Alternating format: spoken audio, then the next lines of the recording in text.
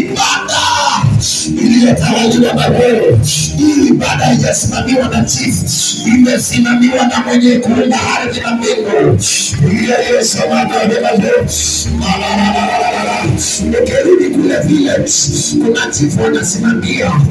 Ukirudi mitaa, utapata wazee wa nyumba 10. Na hapa sio kwa wazee wa nyumba 10, hapa ni kwa wenyewe wako kwa mwenye mipango, na kwa mwenye mipango na mpango kupitia Yesu makofi mazuri.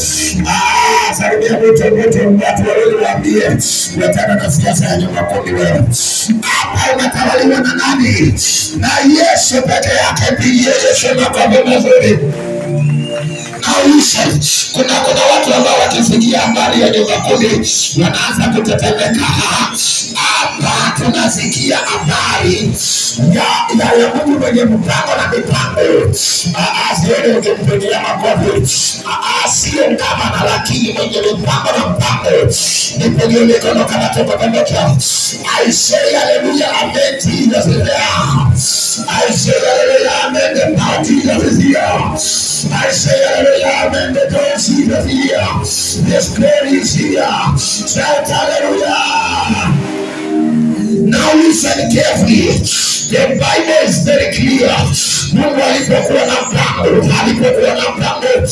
akaona mimi Mwenyezi Mungu niko na uwezo wa kuumba. Yani uwezo wa kuumba. Akaona sitaanza bawala. Akaona nitaumba kitu kinaitwa ulimwengu. Nitaumba dunia mimi Mungu. Akasema nitaumba dunia. Yesu makofi mazuri.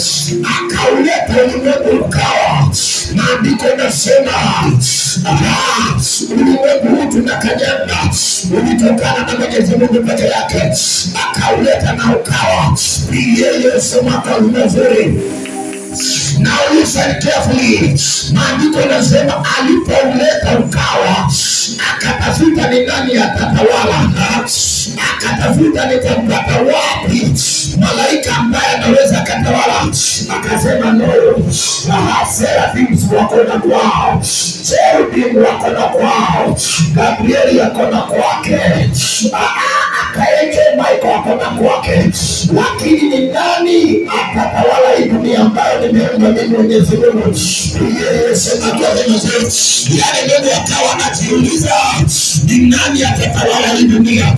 Can I tell you one thing now? Listen carefully.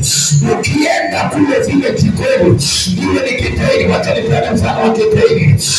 Ukienda Kiteni, uliza ni nani anatawala hapa, utaambiwa ni Jesus land. Now listen carefully. Hii dunia unayoona ilikuwa kama vile kidogo tu, ni kama vile kidogo kwa Mungu. Akauliza ni nani ataitawala dunia? Akakaa chini akaona hii dunia sitaipatia malaika, sitapatia cherubim, sitapatia Gabrieli, lakini kuna yule nataka kupea. Yesu makofi mazuri. Maandiko yanasema baada ya hapo akawa na mpango mema. Na mpango mema, na listen carefully, akawa na mpango wa kumleta mwanadamu atawale. Kanaia amen. Kama wewe ni mwanadamu, usha mkono wako juu. Mungu akaona mwanadamu is a special creature. Akaona mwanadamu ni kiumbe